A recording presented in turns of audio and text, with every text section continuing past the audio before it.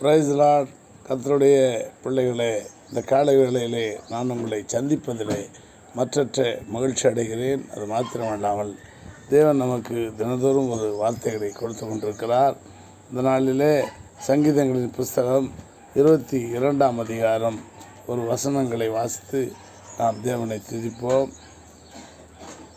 23ஆம் வசனம், கர்த்தருக்கு பயப்படுகிறவர்களே அவரை துதியுங்கள், யாக்கோபின் சந்ததியாரே நீங்கள் எல்லோரும் அவரை கனம் பண்ணுங்கள், இஸ்ரவேலின் வம்சத்தாரே நீங்கள் எல்லோரும் அவர் பேரில் பயபக்தியாயிருங்கள். பாருங்கள், சங்கீதக்காரர் சொல்கிறாரு, கர்த்தருக்கு பயப்படுகிறவர்களே. கர்த்தருக்கு பயப்பட்டாவே சகலமும் நன்மைக்கு எதுவாக தான் நம்முடைய வாழ்க்கையிலே நடக்கும். அல்லேலூயா. கர்த்தருக்கு, ஆண்டவருக்கு எந்த மனுஷன் பயப்படுறானோ அவனுக்கு சகலமும் நன்மைக்கு எதுவாக தான் அவனுக்கு நடக்கும், அவனுக்கு இசைக்கும். அதனால கர்த்தருக்கு பயப்படுபவர்களே அவரை துதியுங்கள், அவரை தினந்தோறும் பாட்டு பாடி ஜெபம் செய்து அவரை துதித்து அவரை ஆர்ப்பரியுங்கள் என்று சொல்லி சங்கீதக்காரன் சொல்கிறாரு.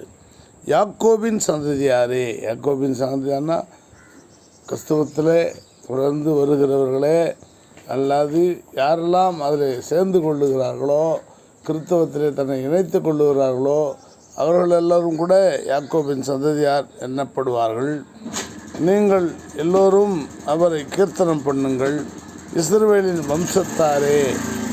கிறிஸ்துவ வம்சத்தார், வம்ச வழியாக வரவங்க, அவங்க எல்லோரும் இஸ்ரவேலின் வம்சத்தார். நீங்கள் எல்லோரும் அவர் பேரில் பயபக்தியாயிருங்கள். உபத்திரப்பட்டவனுடைய, பாருங்கள், கஷ்டப்படுறவனுடைய உபத்திரவம்னா கஷ்டம். நம்முடைய வாழ்க்கையில் நடக்கிற உபத்திரவம், கஷ்டமான சூழ்நிலைகள். உபத்திரப்பட்டவனுடைய உபத்திரவத்தை அவர் அற்பமாக எண்ணாமலும். அல்லேலூயா. ஒரு மனுஷன் தொடர்ந்து உபத்திரவப்படுறான், கஷ்டப்படுறான்னு சொன்னால் அவனுடைய உபத்திரவத்தை அவர் அற்பமாக எண்ணாமலும் அருவருக்காமலும். ஐயோ, அவன் இப்போ வருங்க, எத்தனையோ உபத்திரவம் இருக்குங்க. நம்ம கூட இந்த சக்கரவேதிக்காரிகளில் பார்த்தீங்கன்னு சொன்னால் கூட ஒரு ஐயாவை பார்த்தேன். இயேசு நாமத்தில் அவர் ஆசீர்வதிக்கப்பட வேண்டும். அவர் காலை கொந்தி கொந்தி கொந்தி கொந்தி கொந்தி எடுக்கிறாங்க. அதை பார்க்குறதுக்கே அருவருப்பாக தான் இருக்குது. ஆனால் ஆண்டவர் பாருங்கள், ஆண்டவரே இல்லை, ஆண்டவரால் கிருபை பெற்ற நம்முடைய அம்மையார் அன்னை தெரசா அவர்கள் கூட ஒரு கிறிஸ்துவை ஏற்றுக்கொண்ட ஒரு பெண்மணி.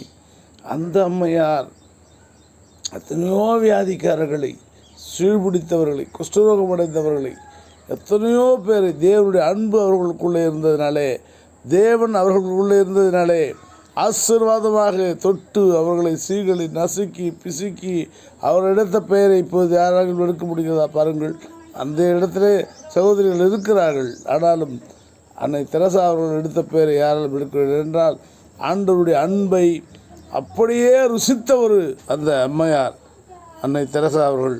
அதனாலே உபத்திரப்பட்டவனுடைய உபத்திரவத்தை அவர் அற்பமாக எண்ணாமலும் அருவருக்காமலும், ஆண்டவர் அதை சொல்கிறாங்க, அருவருக்கூடாது, தம்முடைய முகத்தை அவனுக்கு மறைக்காமலும் இருந்து. அல்லேலூயா.